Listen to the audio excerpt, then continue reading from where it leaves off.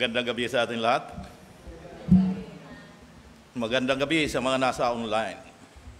Tunay na wala tayong magagawa pag tayo hiwalay sa Diyos. Kaya Dapat lagi tayong magpuri at lumapit sa Panginoon dahil siya ang ating kalakasan at gumagabay sa atin araw-araw. Inaanyayahan ko muna kayong tumayo, tayo manalangin. Tayo manalangin. Panginoon Diyos na makapangyarihan sa lahat, salamat po na muli ninyo kaming tinipon sa pananambahan ngayong gabi. Nawa ang inyong kapangyarihan at kadakilaan ang aming maitaas at mapaparehan. Salamat sa kaligtasan at pagpapala na inyong kaloob. Nawa gabayan ninyo kami tungo sa ikalalago at ikatatatag ng aming pananampalataya. Pagkalooban po ninyo kami ng katawaran sa aming mga kasalanan at linisin ang aming puso. Pangunahan nawa ang ng inyong banal na espiritu ang aming gawain. Bigyan po ninyo ng husay ang lahat na gaganap upang maging pangagpapala sa amin at maging kalugod-lugod kami sa inyo, Panginoon. Nawa ang kapatayaran parating pa, inyo pong ingatan at ang nasa online, ihanda po ninyo kami sa aming pakikinig at ang aming puso at isipan sa pag-unawa sa mga mensahe. Ito po ang aming dalangin sa pangalan ng Panginoon Hesus. Amen. Manatiling nakatayo. Tayo umawit sa Panginoon. Magandang gabi po sa ating lahat. Good evening. And tayo po ay umawit sa Panginoon. I love to tell the story.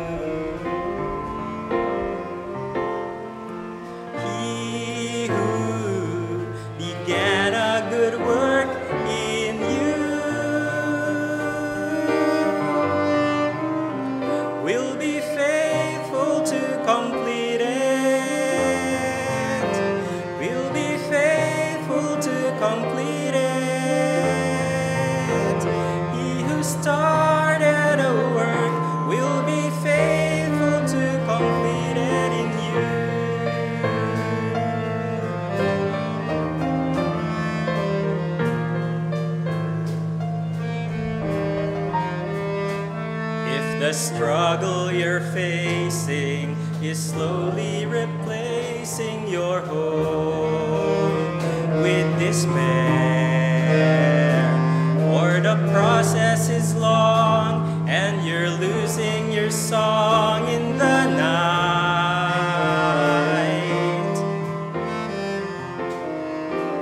You can be sure that the Lord has safe and secure. He will never abandon you.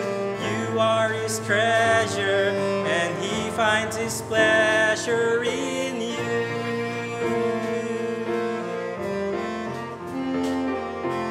He who began a good work in you,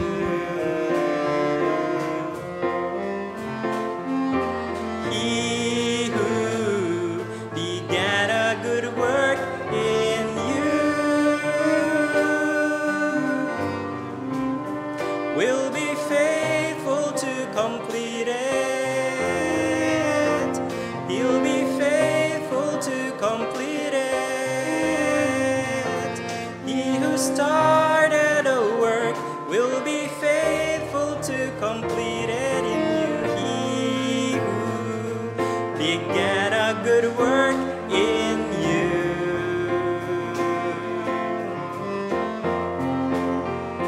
He who began a good work in you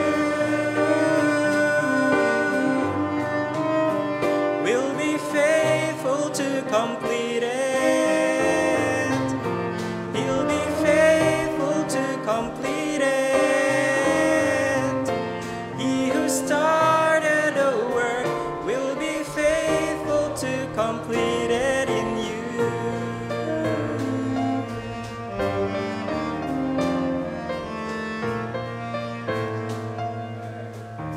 Amen.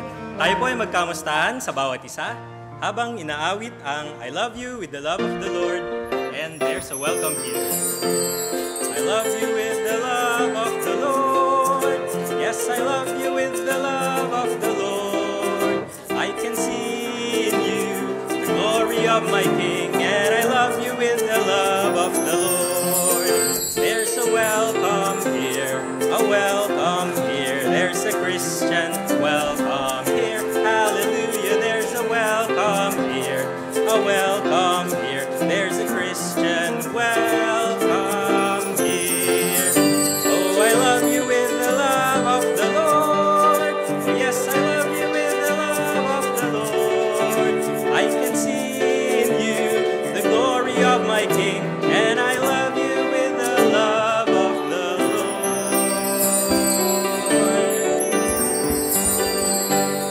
Amen. Muli po ay magandang gabi sa ating lahat. Good evening. And ngayon po tayo po idadako sa ating announcements and reminders. Po, no, tuwing umaga, daily Bible blessings, Monday to Saturday via ating group chat, at meron din pong post yan sa Facebook page at sa YouTube channel. Midweek service, nag-start po tayo ng 7 p.m. At ang ating Sunday worship service, nagsisimula po yan 9 a.m. Yan. Ito po yung tema natin, no, sa darating na linggo, ang mga sakim sa yaman. Amos 8:4-6. At yung ating choir practice po, tuloy-tuloy po yan, 1 to 2:30 p.m. dito po sa ating church auditorium. At adult Sunday school class every Sunday, 3 p.m. sa Begonia Room po, sa baba. Go Ikubaw, weekly activities. Bible study every Wednesday and Saturday. BKBC and tract distribution every Saturday. At ang ating mga gawain po sa Kamarin, home Bible study, prayer, fellowship, and monthly worship service. Every Friday po yan. San Mateo Rizal every Saturday for 5 families. Ayan. At sa Taytay Rizal every Saturday, worship service. Meron din po tayong ginaganap na special missions gift giving every last Sunday of the month. Kasabay po niya na ating Lord's Supper after ng adult Sunday school class. At sa Sabado po, no, magkakaroon ng worship ministry orientation. Yan po, March 15, 12 noon to 2 p.m. dito po sa second floor sa ating church auditorium. At patuloy pa rin po ang ating programa, Each One Bring One, every Sunday po. So, yung mga nakapag-imbita na po, nakapagdala na nung kanilang bisita, hindi po yung natatapos doon. No? Pwede pa rin po kayong umulit at umulit. Ayan. So patuloy po yan. Muli po tayong tumayong lahat para po sa isa pa pong awitin. Biyaya lamang.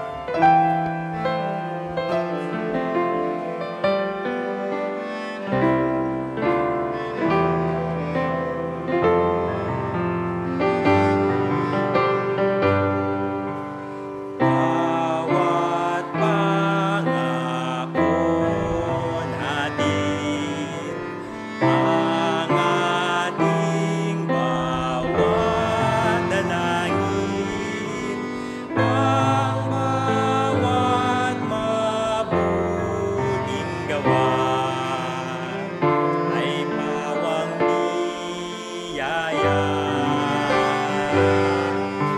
Suliranin na nalutas, pag-asang di magwawakas,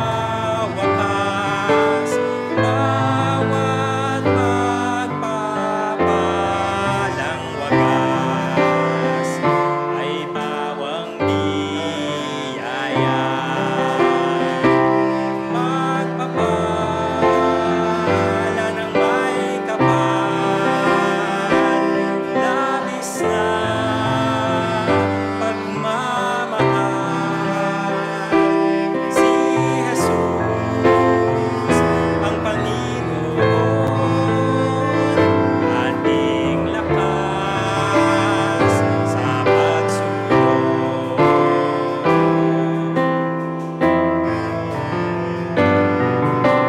Bawat taon na marating, bawat pusong mamahalin, bawat pangambang mawala ay pawang biyaya.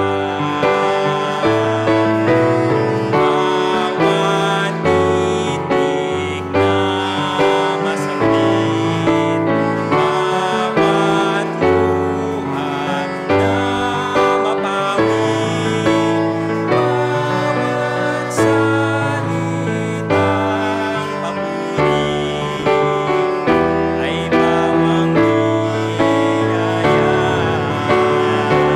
Pagpapala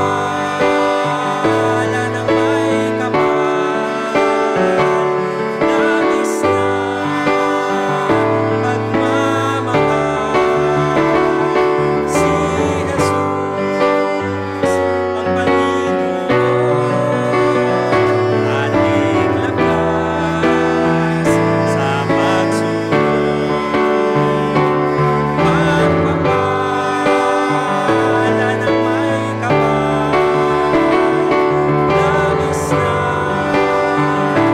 na pagmamahal. Si Jesus ang Panginoon,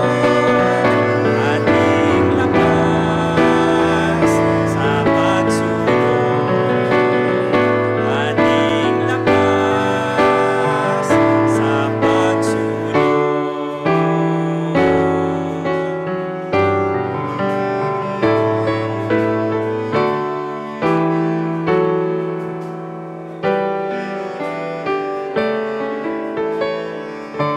Amen. Maaari na po kayo magsimbang lahat.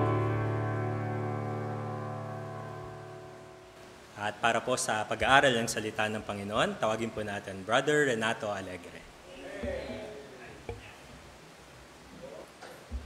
Muli, magandang gabi sa ating lahat. Magandang gabi muli sa mga nasa online. Ang pamagat ng ating paksa ngayong gabi, ang mabuting mabagal. Opo. Ang mabuting mabagal. Hindi lahat masasabi na ang mabagal ay walang mabuti. Mayroon din mabuting mabagal. Kaya mabuting kung tayo'y magmabagal sa isang bagay. Ano po? Magmabilis naman sa ibang bagay. Makikita ang ating teksto sa Kawikaan, Kapitulo 15, versikulo 18. Isang verse lamang po, ano? Sabay-sabay natin basahin. Iyahan ko muna kayong tumayo. Basahin natin ang ating teksto. Kawikaan, Kapitulo 15, versikulo 18, handa, basa. Ang mainitin tao ay humihila ng pagtatalo, ngunit silang makupad sa pagalit ay pumapayapa ng kaalitan. Pagpalain nawa tayo ng pagbasa ng salita ng Diyos, tayo munang manalangin. Salamat po, Panginoon Hesus, sa salitang aming binasa at pagbubulay-bulayan. Nawa maging gabay at kalakasan ang aming araw-araw na buhay ang mensaheng ito. Tunay na mabuti ang magpasyang, magpigil at magkontrol ng galit dahil walang makukuhang kabutihan at pakinabang kundi ang magkasala.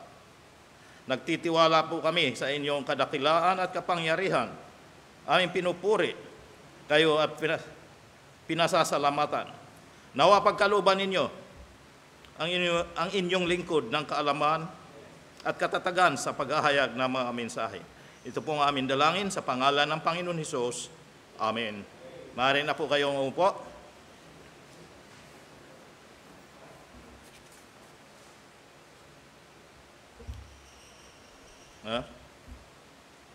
Ang mabuting mabagal, ano po? Sa ating mundo ngayon, halos lahat ay gusto ng mabilis. Madalian, agad-agad makuha. Agad-agad matapos, mabilis. Ano po? Instant, ika nga sa English, instant. Tulad ng instant coffee, hindi na magpapakahirap magtimpla, kundi bilagyan na lang tubig. Coffee na agad, pwede nang higupin. Noodles.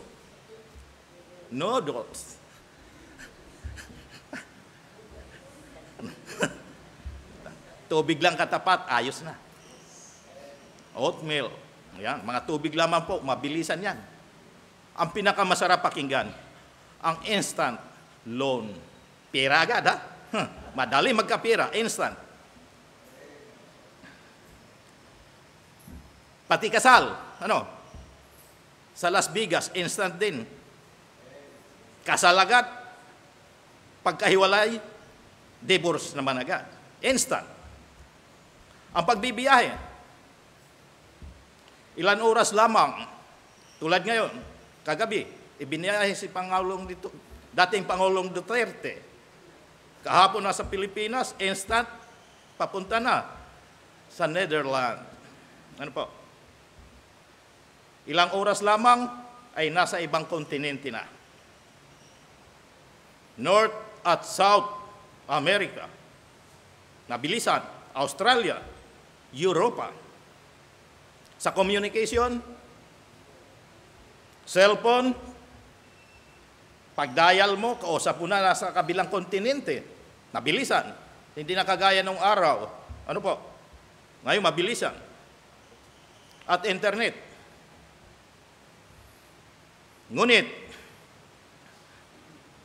Ngunit, may masamang epekto. May masamang epekto rin ang atin pagmamadali.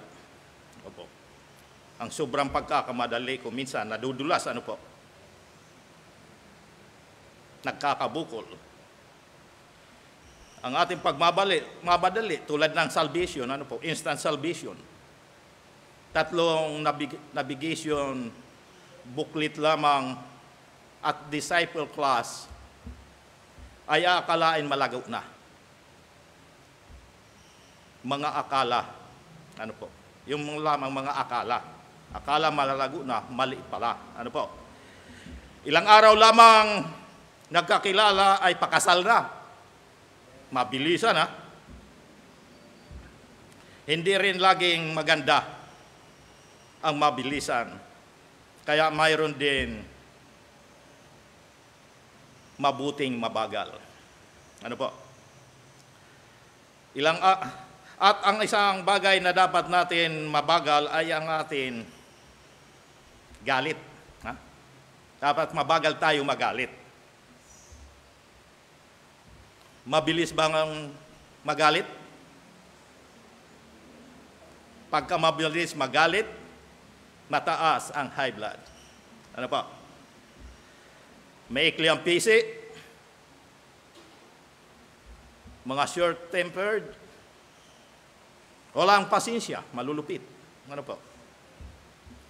Ang ating mga pangunahing punto, mayroon tayong 3 punto.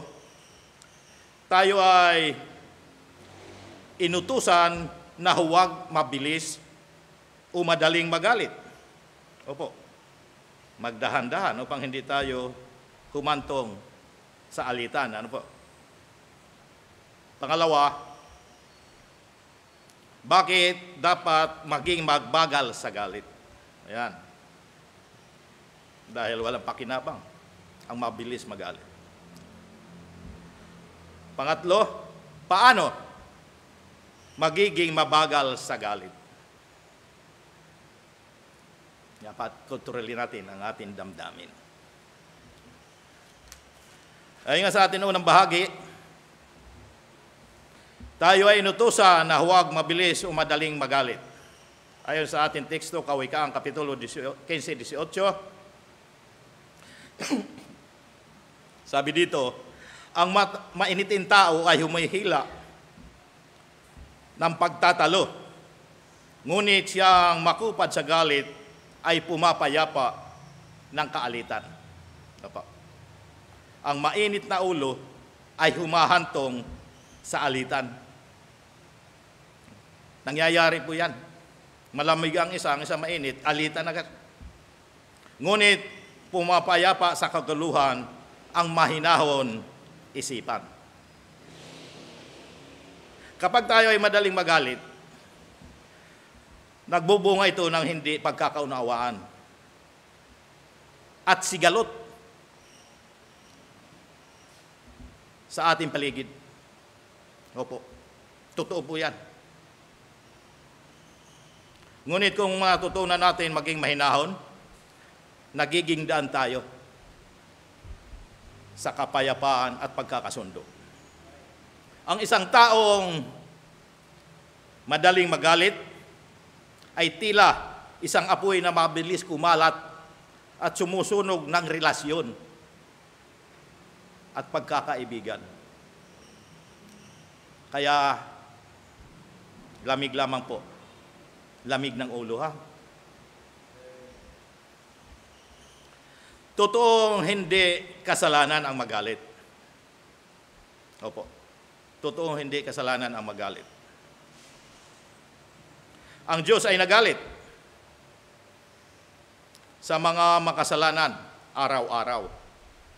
Ayon nga sa Awit, Kapitulo 7, versikulo 11, ano po? Ang Diyos ay matuwid. Ang Diyos ay matuwid na hukom. Oo, Diyos na may galit araw-araw. Ang Diyos mismo ay nagagalit araw-araw sa kasamaan na gawa ng tao. Kahit nga tayo mga tao nagagalit sa kasamaan, ang Diyos pa kaya? Nagpapakita ng galit ay hindi agad nangangahulugan na kasalanan. Subalit, ang galit ng Diyos ay makatarungan. Opo, hindi bunga ng bugso ng damdamin kundi ng kanyang kabanalan.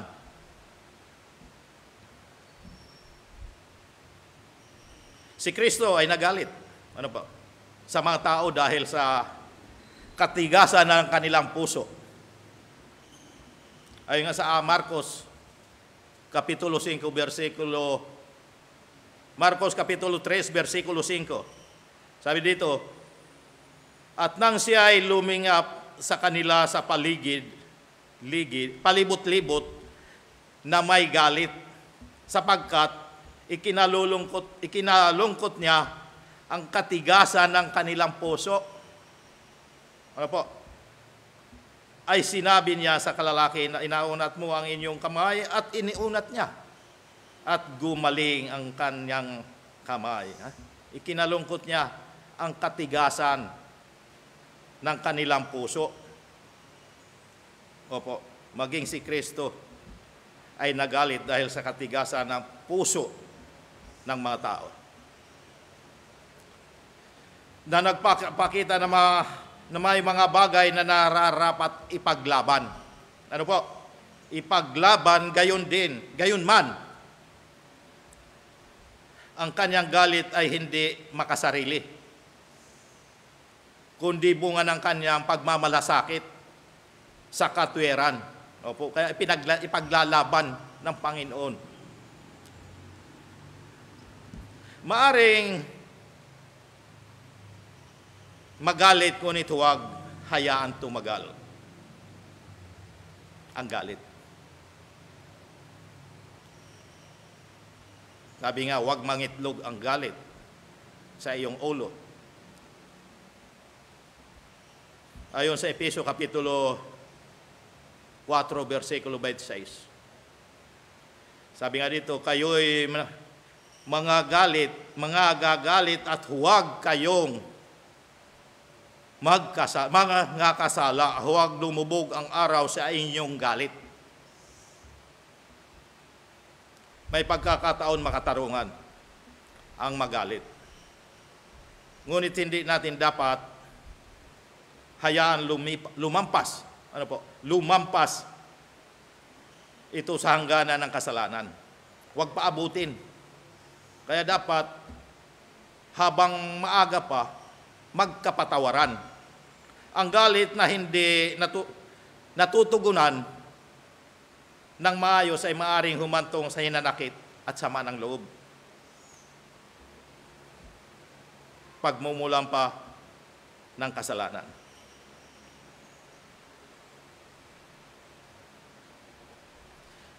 Ngunit dapat tayong huwag mabilis magalit. Ayan po. Dapat tayong huwag mabilis magalit. Ayon sa teksto, ang makupad sa galit ay pumapayapa ng kaalitan. Ayon sa binasa natin teksto, at ang mahinahon ay pumapayapa sa kaguluhan. Ayon sa ibang teksto, na nagbabawal na mabilis sa magalit. Siyang nagagalit na madali ay nagagawang may kamangmangan. Kawikaan 14, versikulo 17, sabi, siyang nagagalit na madali ay gagawan may kamangmangan at ang taong may masamang katha ay ipagtatanim. Ano?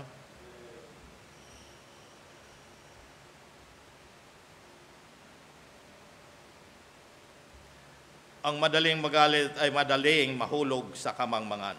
Ayun sabi nga, dahil ang isang taong galit ay hindi nag-iisip ng mahinahon, pabigla-bigla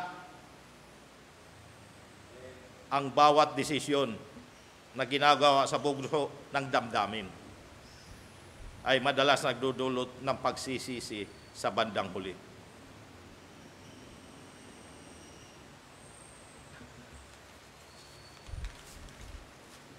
Ayon pa sa Kawikaan Kapitulo 16, versikulo 32, siyang makupad sa pagkagalit ay maigi kaysa kapangyarihan. At siyang nagpupuno sa kanyang diwa ay maigi kaysa sumasakop ng isang bayan. Ayon, Kawikaan Kapitulo 16, versikulo 32. Ang tunay na lakas ay hindi nasusukat sa pisikal na kapangyarihan, kundi sa kakayahan pigilan ang sarili. Ano po? Ang taong may pagpipigil sa sarili ay higit na dakila kaysa isang makapangyarihan mandirigma. Mas malakas, ano po?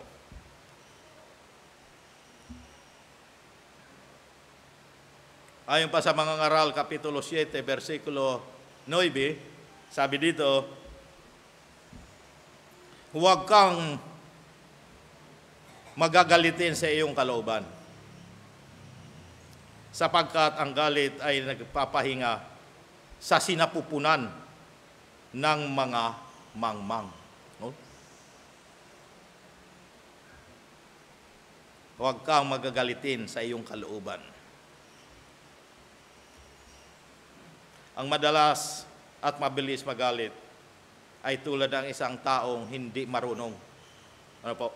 Hindi marunong maghintay at nagmamadali sa kanyang pagkawasak.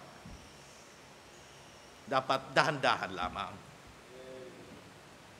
ang galit ay hindi dapat gawin tahanan sa ating puso. Inaalis, nililinis ang ating puso. Huwag panahanan ng galit. Huwag itanim sa puso, sapagkat ito ay nagbubunga ng kapahamakan.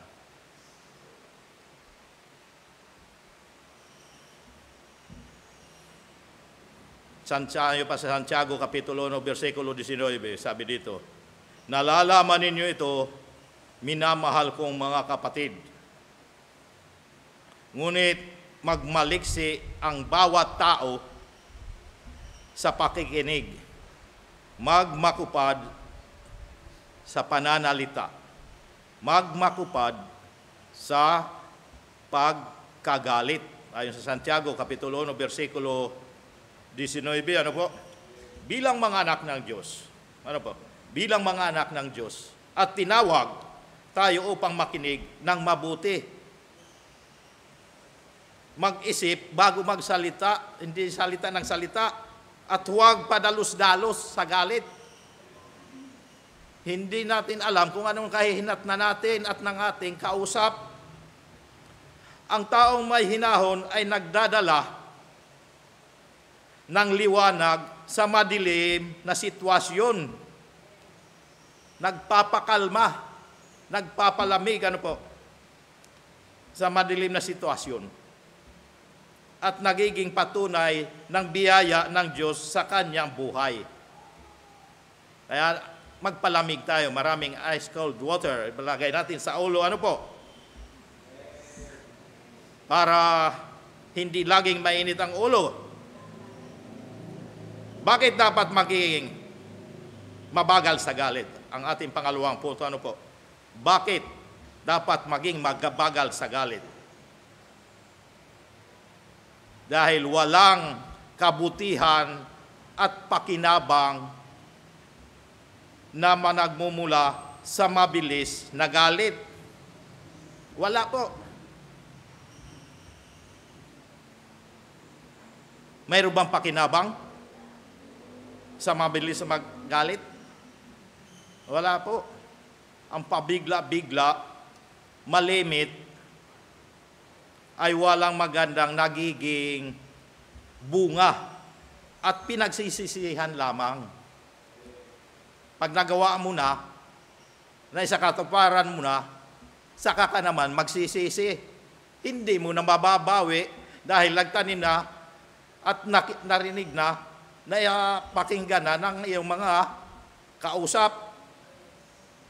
Mayroon na bang tao na napuri, hinangaan, at pinasalamatan dahil mabilis yang magalit? Wala po. At walang natutuwa.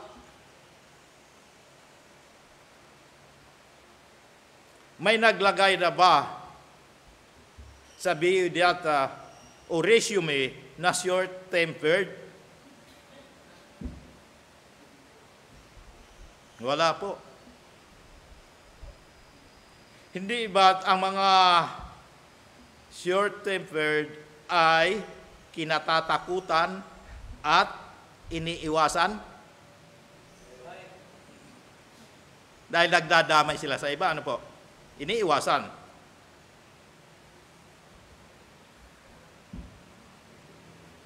Kapag ang isang tao ay madaling magalit, madalas itong humahantong sa hindi pagkakanawaan, hidwaan, at pagsisisi sa huli. Pagsisisihan lamang sa bandang huli. Ano po? Ang mga taong madaling magalit ay madalas iniiwasan sapagkat nagdadala sila ng takot kaysa kapayapaan. Takot ang dala. Ano po? Walang mabuting bagay na magagawa na may galit, na hindi magagawang mas mahusay kung walang galit.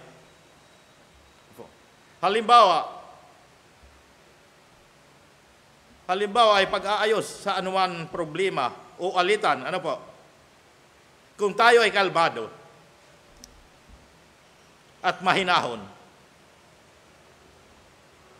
mas madaling makahanap ng solusyon. Pagka tayo ay galit, madilim ang ating isip, padabog, hindi solusyon ang maibibigay, kundi lalong magkakagulo. Ano po? Maging sa pagdidisiplina ng anak, ang pagtutuwid ng may pag-ibig at pag-unawa, mas mabisa kaysa pagpaparusa ng may matinding galit.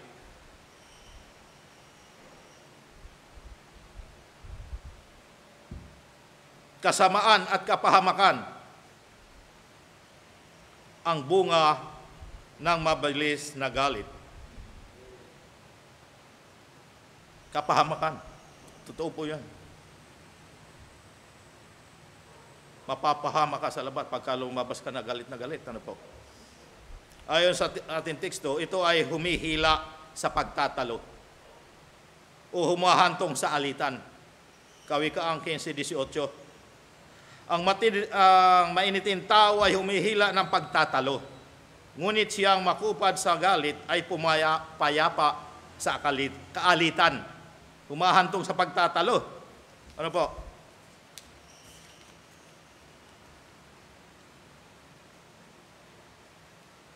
Ayun pa sa Kawikaan, Kapitulo 14, versikulo 17.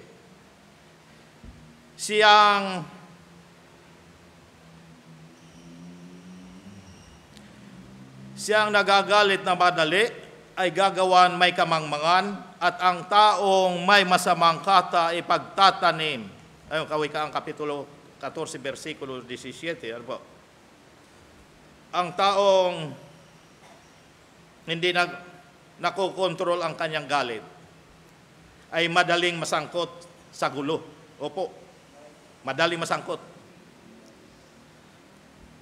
At pagsisisihan ang kanyang mga ginawa. Hindi ba't maraming tao ang nawawala ng kaibigan, trabaho, o mabuting reputasyon dahil lamang sa bugso ng galit at damdamin? Kaya kaunting lamig po, ha? Huwag tayo padalos-dalos. Ang galit ng tao ay hindi gumagawa ng katuwiran ng Diyos dahil malimit ay nauwi sa kasamaan. Ayon pa sa Santiago Kapitulo 1:19, ano po? Nalalaman ninyo ito, minamahal kong mga kapatid, ngunit magmaliksi ang bawat tao sa pakikinig, magmakubad sa pananalita, magmakupad sa pagkagalit. Ang galit ng tao ay bihirang magdulot ng mabuti at hindi nito maisaka sa katuparan ang kalooban ng Diyos. Ito po'y humahadlang at bumabara.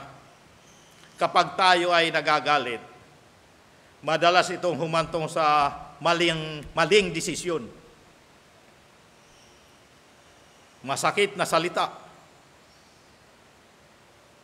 at gawain hindi natin magagawa kung tayo ay nasa mahinahon kalagayan. Kaya mauwi sa kasamaan.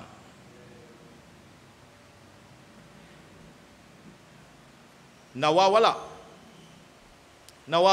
dahil sa galit ang matinong pag-iisip. Kamangmangan ang madaling magalit.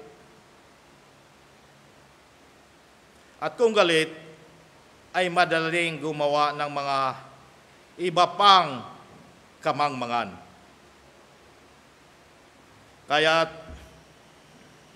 mas mabuti na maging mahinahon upang mapanatili natin ang liwanag ng tamang pag-iisip at paggawa. Hindi pa bigla-bigla para hindi tawagin mangmang. Paano magiging mabagal sa galit? Itong ating pangatlong punto, ano po? Paano magiging mabagal sa galit? Unawain at tanggapin na kayang pigilin ang galit. Ano po? Unawain at tanggapin na kayang pigilin ang galit. Huwag sabihin na gano'n na talaga ako. At hindi na maaring mabago. Huwag sabihin na kasalanan ng iba. Nagdadamay pa, nagtuturo. Dahil ginagalit. Kaya walang magagawa para pigilan. Huwag sabihin na hindi na maaring magbago. Ano po? Kung hindi natin kayang pigilin ang galit, bakit pa tayo inutusan ng Diyos na huwag mabilis magalit? Utos po ng Diyos sa atin na huwag mabilis magalit. Hindi ba naranasan na ninyo na galit, ano po? Galit na galit. Galit na galit kayo. Tapos biglang may darating at makakaharap na tao na ginagalang ninyo. Ano sasabihin mo? Pag marinig kayo galit na galit, sasabihin nyo, practice lamang po. Ano po? Practice sa galit. Nagpa-practice. Tapos biglang mawawala ang galit. Dahil mahihiya tayo sa dumating. Katibayan na kayang pigilin o kontrolin ang galit. Hindi tayo makakapagkaila. Kayang kontrolin. Kaya magpasya pigilin ang galit. Mag-isip. Sa tuwing tayo ay nasusubok ng galit, ano po? Mahalagang maglaan ng sandali upang pag-isipan ang atin tugon. Hindi kagad sasagot. Pag-isipan muna. Ang pagsusuri sa sitwasyon at pagtatanong sa sarili kung ano ang maaring kahihinatnan ng ating galit ay makakatulong upang mapigilan ang isang bagay na maaari natin pagsisihan. Kaya mag-isip. Kung magpapasya tayong huminahon at hindi agad magalit, maaaring ito ay magdala ng kapayapaan sa halip na pagtatalo. Kapayapaan po ang bunga sa ating pag-iisip. Magbilang. Sa tindi ng emosyon, minsan ay hindi natin maisip ang bigat ng ating sinasabi. Kaya't ang simpleng pagbilang bago magsalita ay maaari makatulong upang hindi tayo makapagsalita ng ikapapahamak natin unang iba. Makakaiwas. Ano po? Kung may matinding galit, huminga ng malalim at ibuga sa tao. Huminga ng malalim at maghintay bago tumugon upang makaiwas sa hindi kinakailangan alitan. Magsalita ng mahinahon. Ayon sa Kawikaan, Kapitulo 15, versikulo 1. Ang malubay na sagot,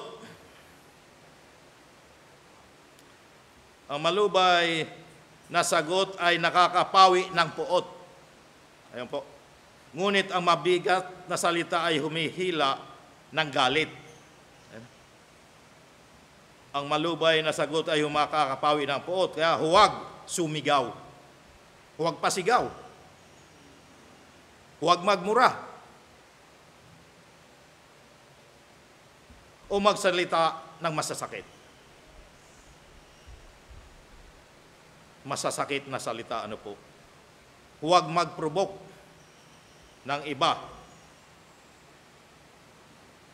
para makaiwas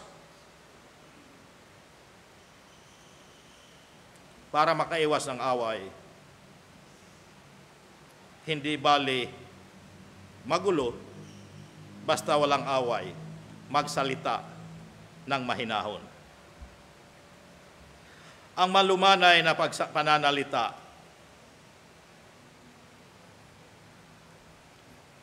ay may kapangyarihan palamigin ang sitwasyon. Samantalang masakit na salita ay lalong nagpapalala ng galit. Ang pagsisikap na piliin ang ating mga salita ng may hinahon, hindi mapanghamon na salita o mayabang na salita ay isang paraan upang ipakita ang ating pagpapakumbaba at pagpipigil sa sarili. Ang taong may kontrol sa kanyang sarili ay nagpapakita ng tunay na karunungan at pagpapasensya.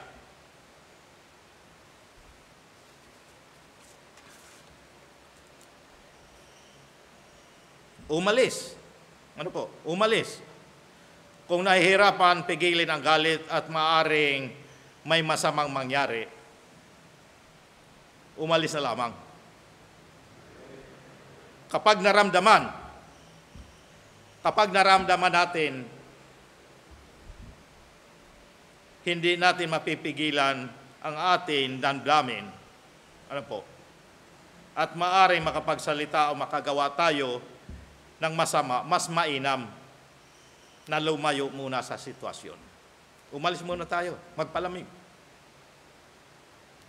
Umiwas. Kaya makapagsalita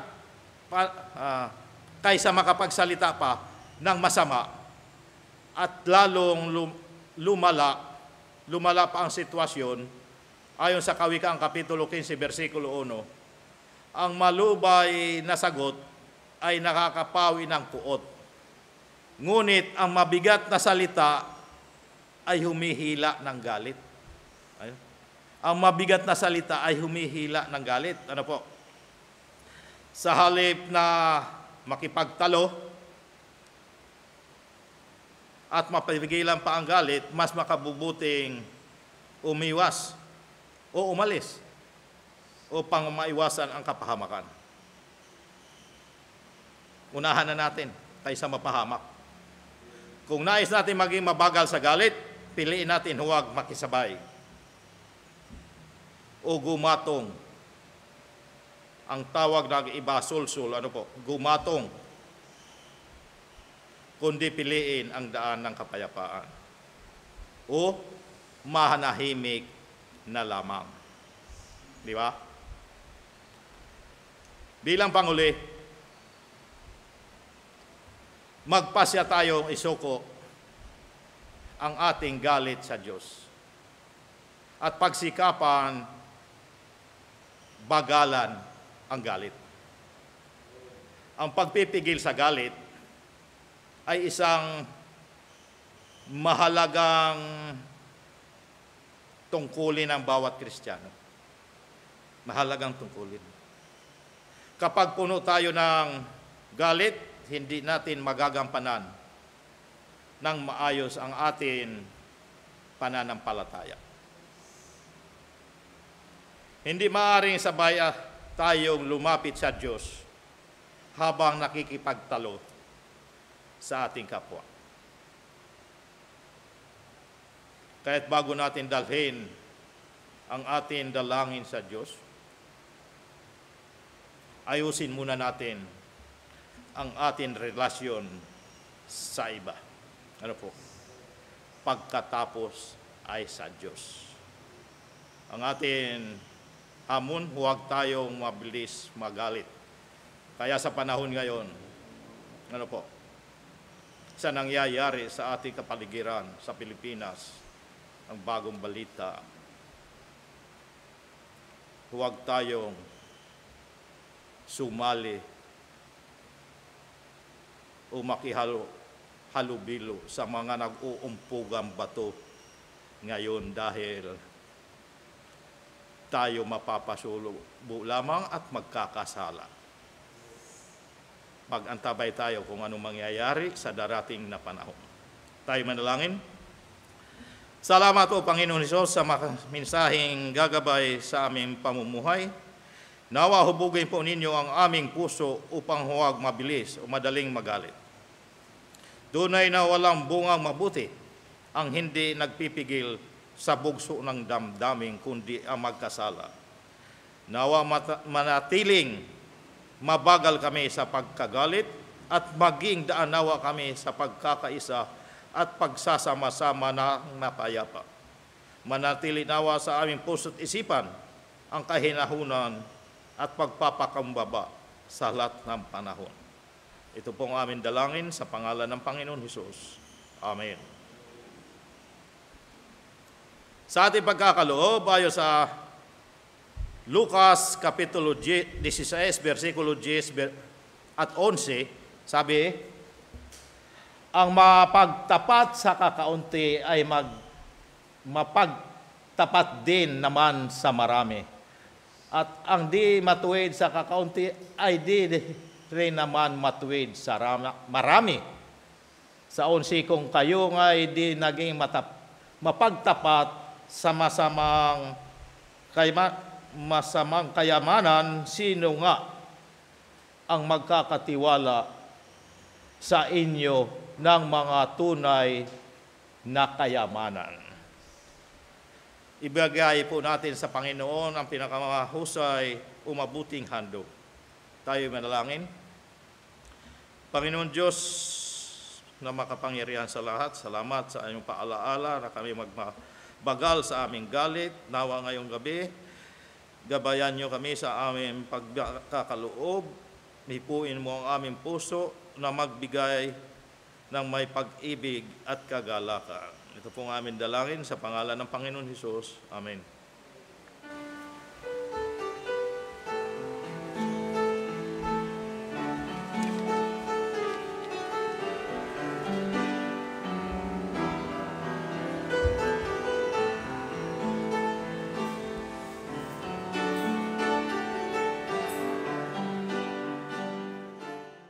Tayo magpasalamat.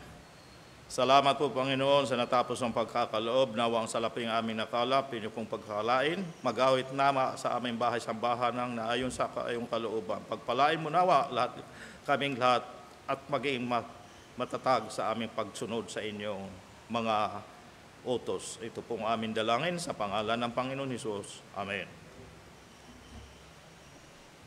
Muli po tayong tumayong lahat para po sa ating pangwakas na awitin. May the Lord find us faithful.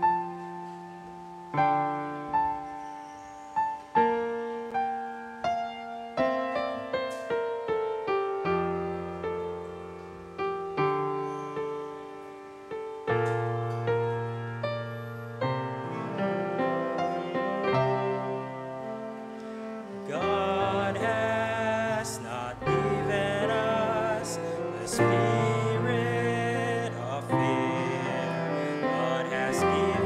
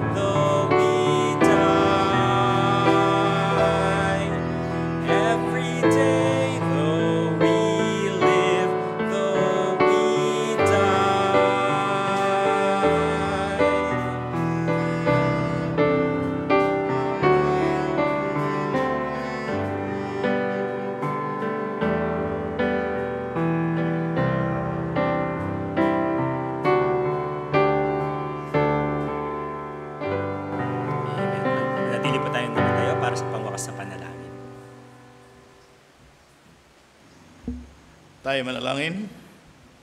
Panginoon Diyos na makapangyarihan sa lahat, salamat po sa aral at mensaheng aming tinanggap. Tunay po sa lahat ng mabagal, ito ang mabuti. Ang mabuting mabagal, magalit, walang makukuhang benepisyo ang mabilis, magalit, kundi ang mapahamak at magkasala. Nawa hubogin ninyo ang aming puso't isipan at tanggapin na kaya naming kontrolin, pigilin ang bugso ng aming damdamin. Nawa ang lahat ng pinagbulayan ay aming isapuso at ipamuhay. Makita nawa sa aming buhay. Maging mahinahon kami sa pagharap ng anumang sitwasyon. Huwag nawa kami pagmula ng mga hidwaan at alitan.